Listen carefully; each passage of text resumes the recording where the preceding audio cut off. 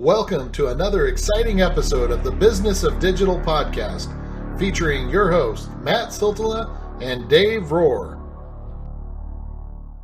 Hey guys, excited to have you join us on another one of these Business of Digital podcasts. Today, I believe we have Dave over there. Hey Dave. I am here. I have not dropped yet. Yay, always good. We do have a special guest, friend of mine, and LinkedIn expert, I like to say that, AJ Wilcox. How's it going? Doing great. Thanks so much for having me on. Hey, thanks for joining us, and we appreciate, the last minute I reached out to you, and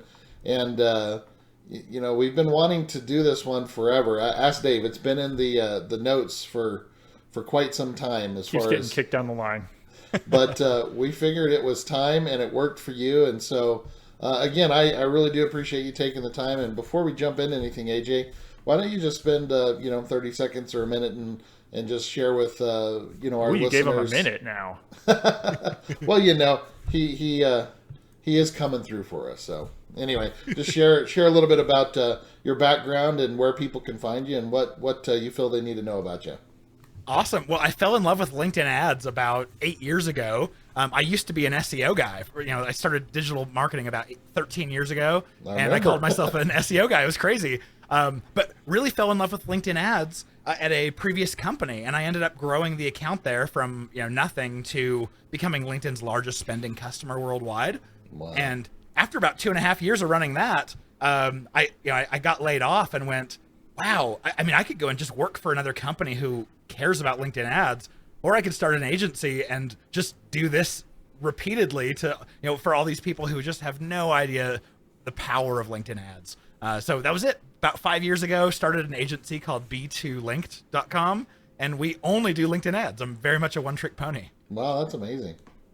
That's awesome to know that background, because I've known you for a while, but I didn't know that that's like all you did. That's pretty interesting to hear. Yeah, it's kind of fun having that background in digital, because really all the channels, they blend together. You need to understand strategy everywhere, but certainly I can't go that deep on Facebook ads, but I can go crazy deep on LinkedIn. So I like the specialties. So we were just talking this morning, or before we started recording, and we found out that I guess that LinkedIn has a new CEO. Is that what you said, Dave? Yeah. As I was logging into LinkedIn before this, the very top story as we're recording today is LinkedIn's getting a new CEO. Mr. Wiener is leaving. I think he's getting a whole lot of money, maybe. Of course, as they do. Oh, no, they're just talking about the growth. The membership expanded from 33 million up to 675 million. And I think there was some numbers, and we'll drop in. I went and found a couple stats, just like the number of people that are like 280 billion feed updates annually. Number one channel for B2B marketers. AJ, that sounds correct, I'm guessing. Oh, yeah. Like of their clients that you work with, what percentage are B2B? Most of them? All of them? Yeah, I'd say probably 90% are B2B, and then maybe the other 10% could be like recruiting, some financial services, some higher ed. So yeah. So what is the breakdown for someone looking at LinkedIn if they were, B2B, B2C, a recruiter, or even beyond looking to hire? What would someone look at LinkedIn for? Just from why would they even look to go to it?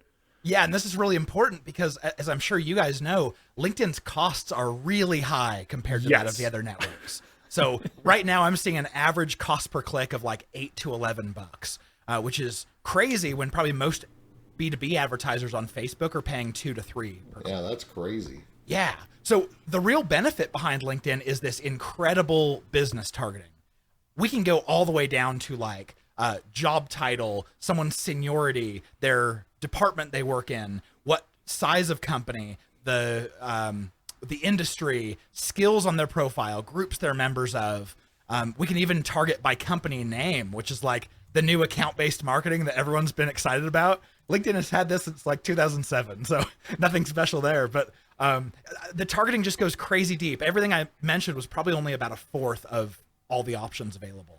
So if you have a lifetime value of your product or service that is very high, I tell people, $10,000, $15,000 or more when you close a deal, then you can make up for LinkedIn's high costs on the front end by simply having amazing targeting that gets you the highest lead quality. Who else would kind of use that? Yeah, for like a B2C or B2B, like when you're targeting people. And I was just looking at a new PPC campaign that I was launching yesterday, and I set the bids for like $2 or $3, and then I came back an hour later, and it was like everything was $10 to $18 a click. And I was like, whoops. And I used to use LinkedIn a long time ago, and it wasn't cheap, but it is true. The targeting that you can get, like if you want to get a practitioner for, like, say you're an SEO tool and you're just starting and you want to get those people that use the day in and day out, you can target them. Absolutely. Yeah, you can target people by, if I know I'm selling a tool for SEOs, I can immediately think of like 3 different ways I could target that person. And so what it really comes down to is cost. Is this a SaaS solution that you make $100 a month and people stick around for a year and a half? It'd probably be pretty hard to get people to see a return on that investment. But well, how would you do it, knowing that? Well, we'll just pretend it's an enterprise, but so that they do get that kind of money back. Since some of those SEO tools are ridiculously expensive. I'm sure you guys are all worth it, and gals, but some of them are really expensive. What would you do, just as an example, or if you want to use a different example, like just talk through how you would use LinkedIn to target those people? Because I'm sure, anyone, like, we can walk down the various, but anyone can read a blog post about the different types. But I think hearing you walk through how you would leverage them would be more interesting. Oh yeah. Let's go totally neck deep here. The first thing I would do is define who those audiences are, and so I would go after job titles, targeting anyone with SEO in their job title.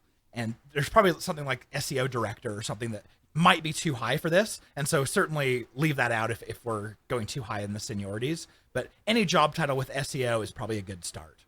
Then I'd build a separate campaign that's targeting any member of an SEO group.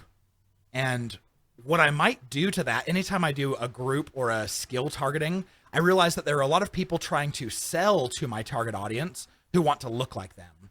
So I would probably do a job function exclusion of anyone in sales or business development. So I'm only getting the members of a group themed around SEO. Because if you went way out of your way to go join a group about SEO, it's probably a subject you care deeply about. Then I'd look at SEO skills for being a third separate campaign. And for both the skills and the groups, I'd probably segment their seniority as well. So if I know I'm going after the practitioner themselves, I would use the seniorities of probably entry level and the step right above that, which is called senior, which doesn't make sense. It's just individual contributor. If I want the decision makers who are actually managing teams, I'd go with like manager and director, maybe even up to VP. So right there, that's 3 separate audiences who'd probably be a direct hit for what I did. And as you set these audiences up, the really big pitfalls you want to avoid, LinkedIn will automatically check a box called audience expansion. And it's terrible. It's like free range for LinkedIn to stick whoever they want into that audience for you. So uncheck that by default.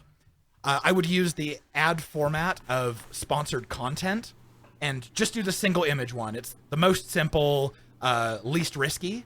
Really? And that's interesting. Yeah.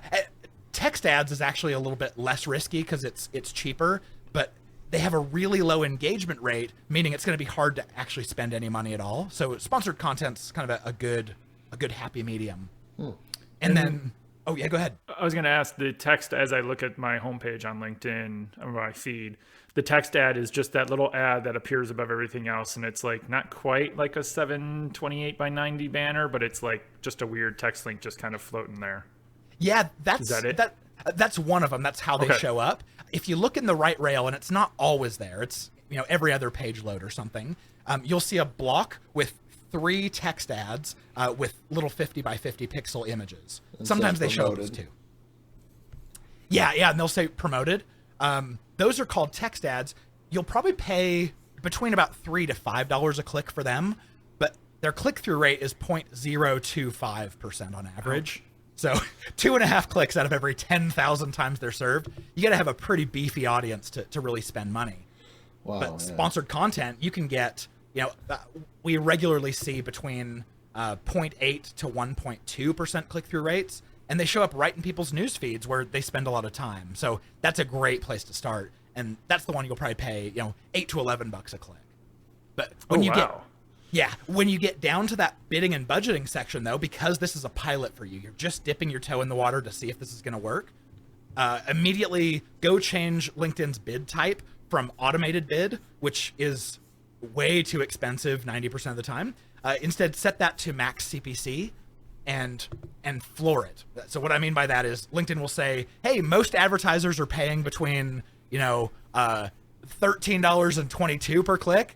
And you go, screw you guys, I'm going to put $2 in this box and see what happens. So you put $2 in the box, and it'll come back and say, well, actually, the floor bid for this audience is more like $5.75 or $6.25 or something. And then I will put that in as the minimum bid. And what that does is when you launch, right out the gate, you're not giving LinkedIn a huge incentive to show your ads. And so you're only picking up that really remnant traffic and inventory, and that will be the cheapest. And so if you've really segmented your traffic, you don't have to care about whether it's remnant or not. Yeah. And you're going to get the cheapest cost per click possible. And if you can spend your entire budget on the cheapest clicks possible, you just won the game. But if you're not getting enough traffic, you still, let's say you're on track to spend $3K and your budget is $5K, then you just go and incrementally raise your bids every day, every couple days until you're on track and getting what you want. I think for me, the last time I used it was a couple years ago for B2B. And I think our biggest problem was just the headaches of and I ran into this before with business.com years ago, back when I bid on that all the time for B2B for a client. Yeah. And it was just, there wasn't any volume. And the LinkedIn, maybe I sucked when I set it up with targeting. I'll be the first to admit, we were just messing around. I had a limited budget. We just threw something up there. Well, back in the day, remember when LinkedIn would throw you like $100 and free? That's pretty much what I would do. Yeah. That's pretty much when I played with it. I haven't seen that in a while. They should do that on LinkedIn. And they still do. If you create a new company page, you will oftentimes get hit up on your email about, here's a free ad credit. But because the clicks are so expensive, it goes quick. $50 or $100 ad credit just isn't all that great. Yeah, I can't imagine. Yeah. But it depends on when you were doing it. Because if you were doing it back like before 2013, when sponsored content ads kind of became the new normal, text ads have a really low click-through rate, and so it was really hard to get volume. Yeah, it was. I think it was mostly text ads and stuff at the time. We just, no matter what we did, it was, we couldn't throw money. We were like, no, we really want to target these people. And it was like, yeah, no, not going to happen this week, this month. Yeah, sponsored content is going to be a lot kinder to you than on actually going through a budget. So you're saying sponsored content is probably the way to go for someone getting started, or even not, just in general. Would you say the content matters more in the copy and the photo, or like your targeting? Like which one should you, like if you get something perfect, which would it be? Ooh, which one matters more?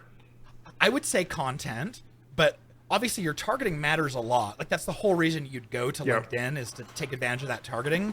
But when I do my targeting up front, let's say we bring on a new client, first time advertising, I'm going to ask them who their target audience is, and I'm going to go and build out as much of that audience I can that's a direct hit.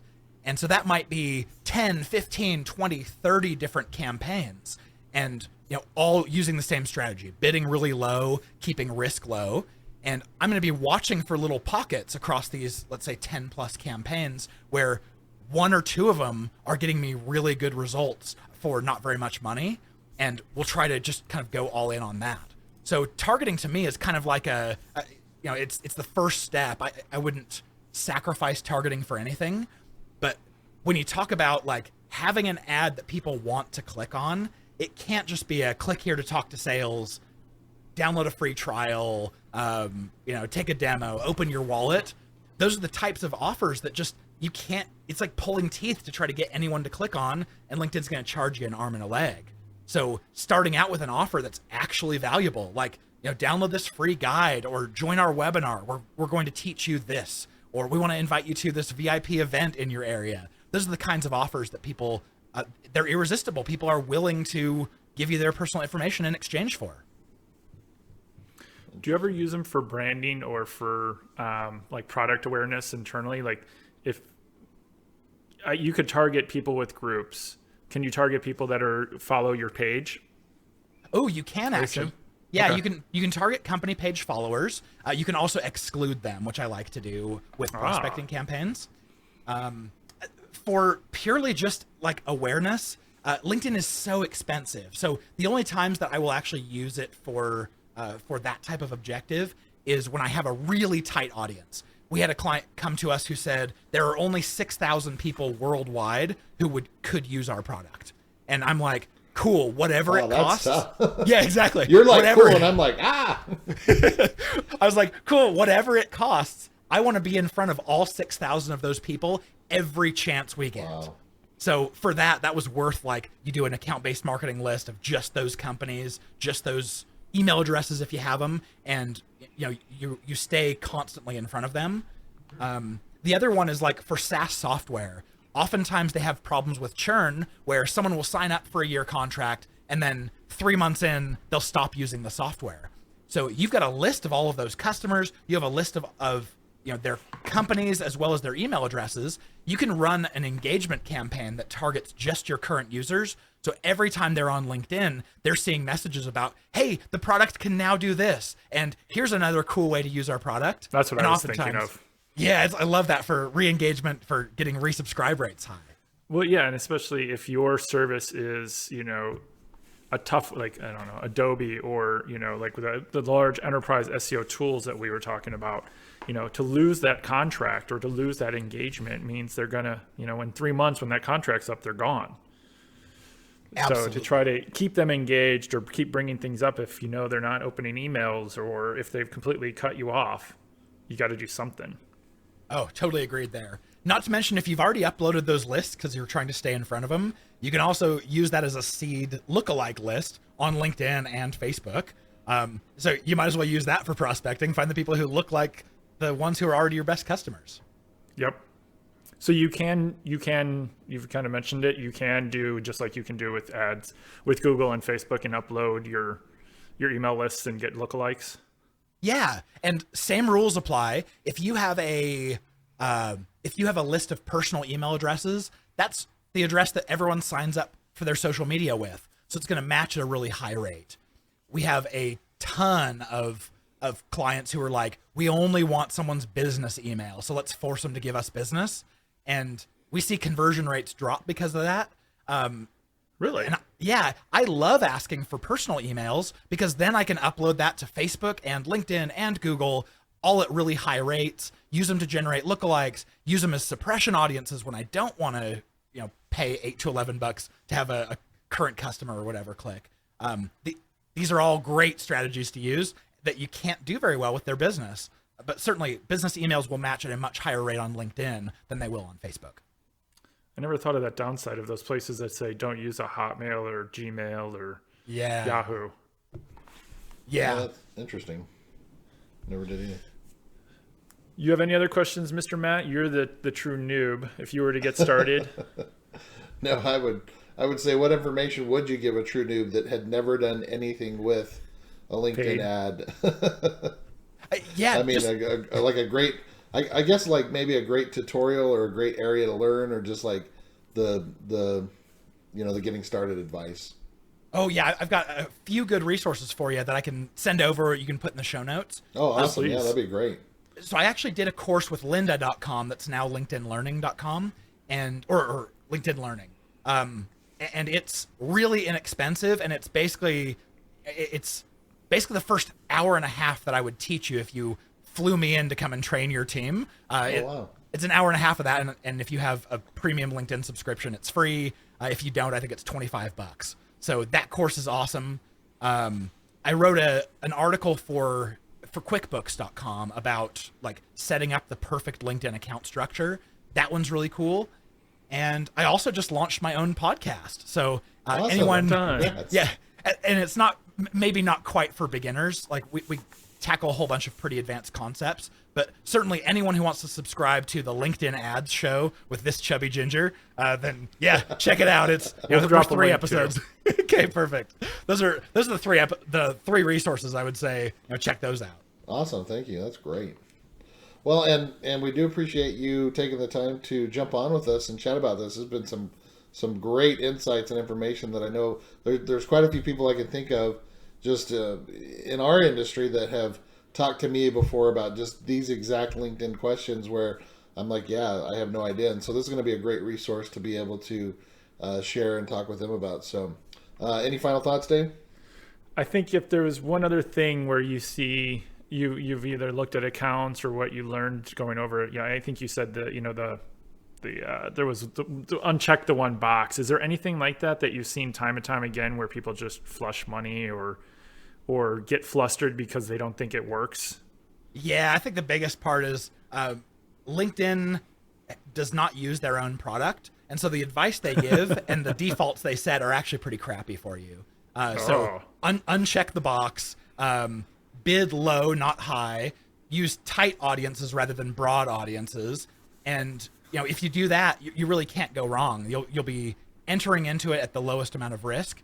The biggest mistake I see people making is LinkedIn goes, hey, have at least 300,000 people in your audience and, bid aggressively. And so they have this giant audience. So lead quality goes down because they're stretching for people to try to stick in their audience. And then they bid really aggressively. So they spend all of their budget by 9 a.m. and then it cuts off. And man. They bid so aggressively. Exactly. Don't force it. Yep. Bid low and only raise when you need more traffic. So LinkedIn's recommendations that they give you are about as good as Google reps is what you're saying? Yeah. Yeah. Every once in a while, you'll find a really good LinkedIn rep, someone who gets it, someone who actually listens to the same complaints their customers have repeatedly. But yeah, for the most part, really similar kind of echelon of rep, unfortunately. Sad. Yeah. Yeah, Try to keep Got audiences between about 20,000 to 80,000. That's my sweet spot. Interesting. Cool. There you go. All right. Well, just before we wrap things up here, I just want to give our listeners a reminder that the Business of Digital podcast, we are on everything, Spotify, iTunes, Google Play. We love reviews. So if you haven't reviewed us, taking the time, go and give us a review. And, even if you're lazy to write a review, go ahead and give us that 5-star rating if you so see fit. But, well, for AJ with B2 Linked and Dave Rohr with Northside Metrics, I'm Matt Sotola with Avalanche Media. And again, we thank you guys for having here. And thank you, AJ, for joining us again. And we'll talk to you guys soon. Thanks. Party on.